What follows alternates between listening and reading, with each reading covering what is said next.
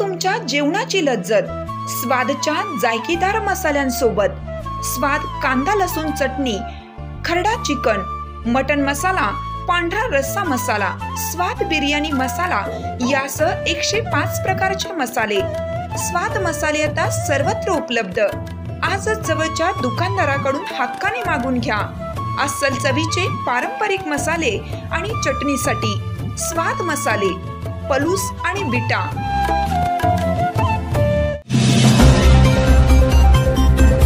Commission नाही, कोणाचं GST नाही, मोदी साहेबांचं जीएसटी नाही, कोणाचं काही कपात न होता आणि थेट जे काय असेल तो या ठिकाणी तुम्हाला आता इथे तो नफा देण्याचं काम निश्चितपणे केलं जाईल। म्हणून कुठेतरी आम्ही मंगेशला बसवतो, केस आम्ही पांढरे करतो आणि पांढरे केल्यानंतर पहिलं पांढरे करतो आणि मग पांढरे केल्यानंतर तुमचं प्रोडक्ट वापरल्यानंतर कसे काय झाले आम्ही ते मार्केटिंग करतो म्हणजे। आणि ते बिफोर आफ्टर असतं बघा, त्याचा फोटो काढून टाकू मंगेश। नाव राहिले का यादीत जरा बघून घ्या। आज टीव्हीवर आम्ही पाहिले बातमी की 5 लाख महिलांची नावं कापली आहेत म्हणून। पोरं नेमकं ताप आलाय का शाळेला जायचं म्हणतो ते म्हणलं मी आल्यावर बघतो। त्याला मी आज सांगितलंय, त्याच्या कोण बोललं तुझा ताप आता बघतो मी आल्या।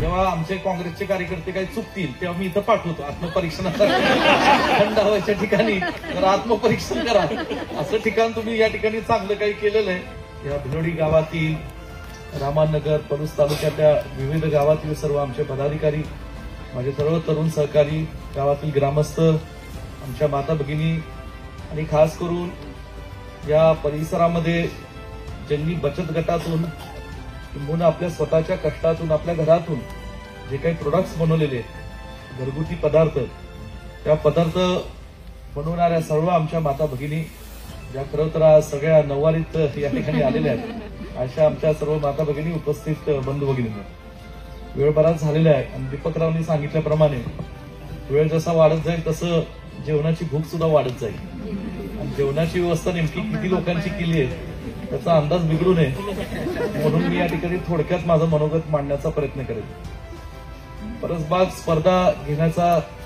विषय दीपक पाटील, मंगेश मोटे त्यांच्या काही सहकार्यांनी माझ्याकडे मांडला आणि खरं सांगायचं म्हणलं तर ज्यावेळेस विषय माझ्याकडे व्हॉट्सअपवर आला मी पहिलं त्यांना विचारलं, अरे परसबाग म्हणजे काय, मलाच काय कळलं म्हणलं नेमकं स्पर्धा कशाची आहे।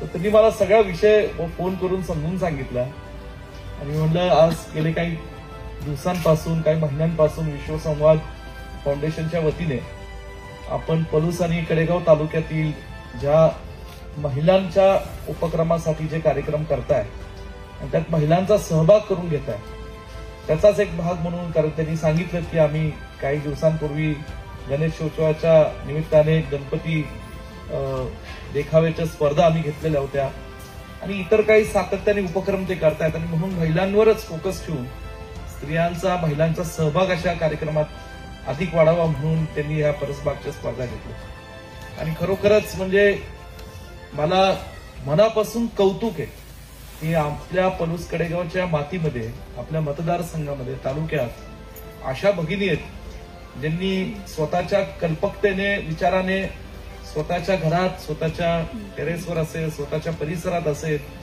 त्या सगळ्या ठिकाणी विविध रोपांची लागवड केली आणि तिथं अत्यंत चांगल्या पद्धतीने छोट्याशा जागेमध्ये चांगली पिकं कशी निर्माण होतील, त्यातनं फळं कशी उभा राहतील त्याचा सुद्धा एक चांगल्या प्रकारचा आदर्श त्यांनी खरं तर घडवून दिला।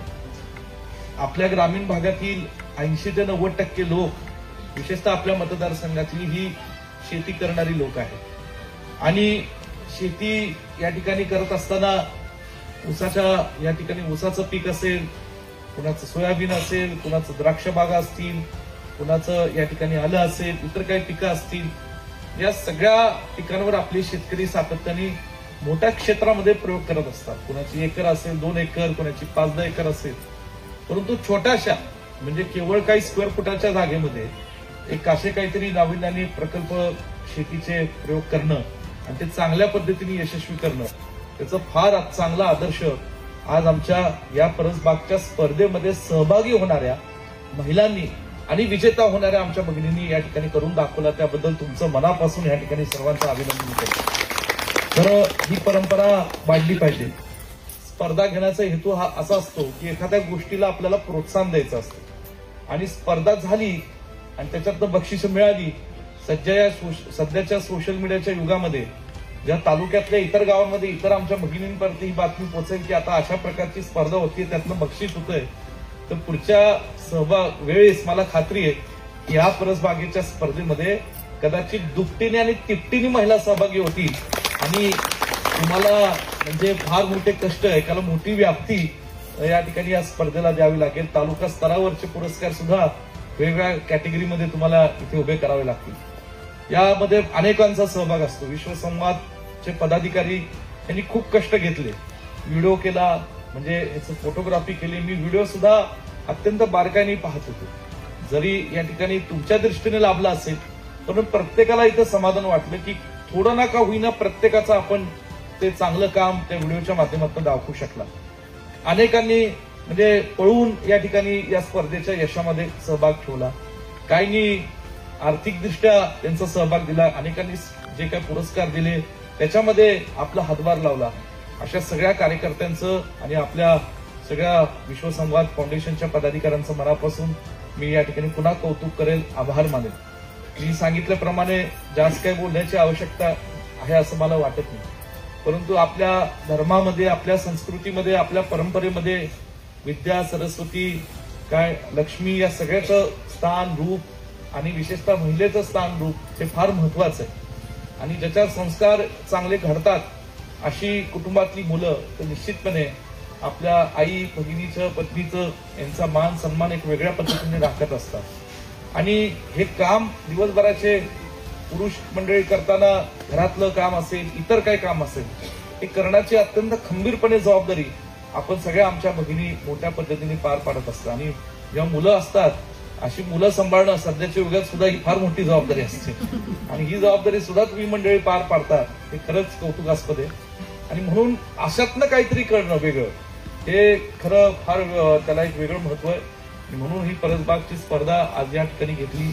ज्यांनी या ठिकाणी आमचे काही प्रदर्शन पाहिलं बचत गटातनं, या ठिकाणी आज कोण लोणचं करतंय, कोण बॅग बनवतंय, कोण चिप्स बनवतंय आणि आमच्या एका भगिनीचा व्हिडिओ पाहिलं की केसाचे तेल पण बनवत आहे.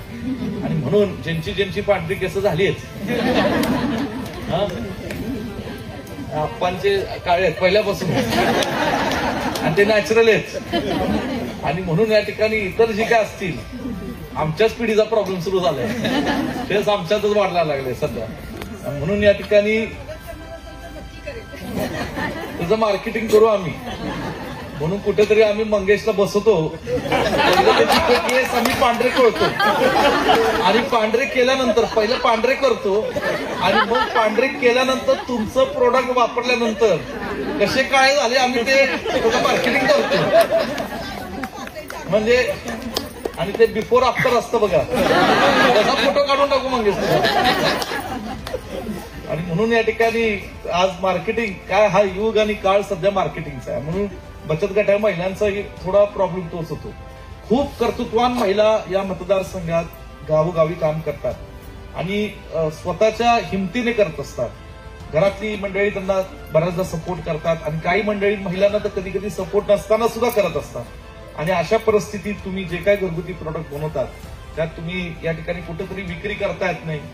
गावात विक्री होते, कुठेतरी दुकानात विक्री होते, बाहेर आपण विक्री करतो, त्याच्या पलीकडे नाही. पण कदाचित मला वाटतं त्याला जर मार्केट मिळालं तर निश्चितपणे आपण चांगली विक्री करू शकतो. आणि या बाबतीत ठीक आहे, आता भारती बाजार गेल्या अनेक वर्षांपासून चालू आहे, परंतु ह्यामध्ये मी भारती बाजारच्या आमच्या पदाधिकाऱ्यांना एकदा सूचना दिली की अशा आमच्या भगिनी ज्या परिसरातल्या त्यांचे प्रोडक्ट्स विक्री करणार त्याच्यामध्ये कुठलाही नफा भारती बाजाराला न मिळता विक्रीतनं येईल तो नफा हा थेट आमच्या भगिनींना देण्याची जबाबदारी मी आमच्या त्या भारती बाजारच्या पदाधिकाऱ्यांना सांगेल की जे प्रोडक्ट्स डिस्प्ले करू आणि जो काय तो थेट नफा असेल, थेट कसले कमिशन नाही, कोणाचं जीएसटी नाही, मोदी साहेबांचं जीएसटी नाही, कोणाचं काही कपात न होता आणि थेट जे काय असेल तो या ठिकाणी तुम्हाला आता इथे तो नफा देण्याचं काम निश्चितपणे केलं जाईल.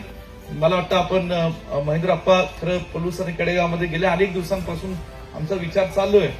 एक मोठं असं एक काहीतरी प्रदर्शन आपण ठरवलं पाहिजे आणि त्याला एक वेगळी व्याप्ती दिली पाहिजे, जेणेकरून दोन्ही तालुक्यातल्या महिला 2-4 दिवस तालुक्याच्या ठिकाणी येतील, असं दिवसभर प्रदर्शन चालेल आणि त्यातनं मोठ्या प्रमाणात विक्री आणि त्याचं मार्केटिंग करण्याचं एक भविष्य काळात आम्ही काहीतरी पावलं निश्चितपणे टाकू. पुन्हा एकदा जास्त लांब लचक भाषण न करता आमच्या सगळ्या लाडक्या बहिणी ज्या इथं उपस्थित आहेत, नाव राहिले का यादीत जरा बघून घ्या. आज टीव्हीवर आम्ही पाहिले बातमी की 5 लाख महिलांची नावं कापली आहेत म्हणून. आता ती 5 लाखाचं 10 लाख फक्त होऊ नये. आता काही इलेक्शन झाली, बरोबर की नाही, सत्ताधारी पक्ष आता काही करू शकतो, परंतु एक लक्षात घ्या, सत्ताधारी पक्षांनी सुद्धा काही चुकीची पावलं उचलली.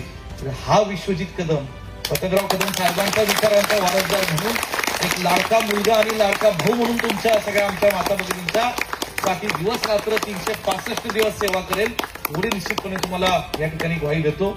आज खरं तर मंगेश दीपकरावांनी आणि सगळ्या पदाधिकाऱ्यांनी खूप मला आग्रह केला होता की माझी पत्नी स्वप्नाली तिला खरं यायचं होतं आणि ती सकाळी यायलाही निघाली होती, पण काल माझा धाकटा मुलगा विजय त्याला अचानक ताप आल्यामुळे आज तुम्ही मला सांगितलं मी काय आज येऊ शकत नाही, तो शाळेलाही गेला नाही. आता पोरं नेमकं ताप आलाय का शाळेला जायचं म्हणतो, ते म्हणलं मी आल्यावर बघतो. त्याला मी आज सांगितलंय, त्याच्याशी कोण बोललं तुझा ताप आता बघतो मी आल्या, परंतु म्हणजे आज पण आता शेवटी आईचं मन आईचं असतं. ती म्हणली ताप आलाय मी काय येऊ शकत नाही, म्हणलं आता नको येऊ. म्हणून सांगण्याचा हेतू असा या ठिकाणी की आपण सगळ्यांनी ही स्पर्धा खूप कष्टाने घेतली आणि मला खात्री आहे पुढच्या वर्षी ह्याच्याहून जास्त चांगला उत्साह, ह्याच्याहून जास्त सहभाग तुम्हाला सगळ्यांना या ठिकाणी पाहायला मिळेल. आणि म्हणून आज सगळ्यांचं, विजेत्यांचं खास करून सगळ्या विजेत्यांचं मनापासून अभिनंदन. ज्यांनी सहभाग घेतला, तुम्ही सहभागच घेतला नसता तर या स्पर्धेला एवढा चांगलं रूप आलं नसतं. तुमचं मनापासून आमच्या भाभी कुठे आहेत, ज्यांनी ही जागा त्या सगळ्यांना दिली, त्याबद्दल भाभी तुमचंही मनापासून अभिनंदन. खूप चांगलं ठिकाण या ठिकाणी आपण निवडलेलं आहे आणि जेव्हा आमचे काँग्रेसचे कार्यकर्ते काही चुकतील तेव्हा मी इथं पाठवतो आत्मपरीक्षणासाठी. थंड हवेच्या ठिकाणी तर आत्मपरीक्षण करा, असं ठिकाण तुम्ही या ठिकाणी चांगलं काही केलेलं आहे आणि म्हणून खरंच तुमचे आणि तुमच्या सर्व भाभी कुटुंबातल्या, कारण शेवटी मगरी येतोय मगरीच्या तोंडी कोणाला जायचं ते नव्हतं, परंतु इतकं चांगलं ठिकाण तुम्ही या ठिकाणी केलंय. तुमचं मनापासून अभिनंदन, तुमच्या कुटुंबातल्या सदस्यांचं अभिनंदन, कारण घरातल्या लोकांचं तुमचे चिरंजीव येत आहेत, बरोबर ना. तुमचं आपण सगळे फोटो तुम्ही काढत होता सगळ्यांचं, मी पाहत होतो.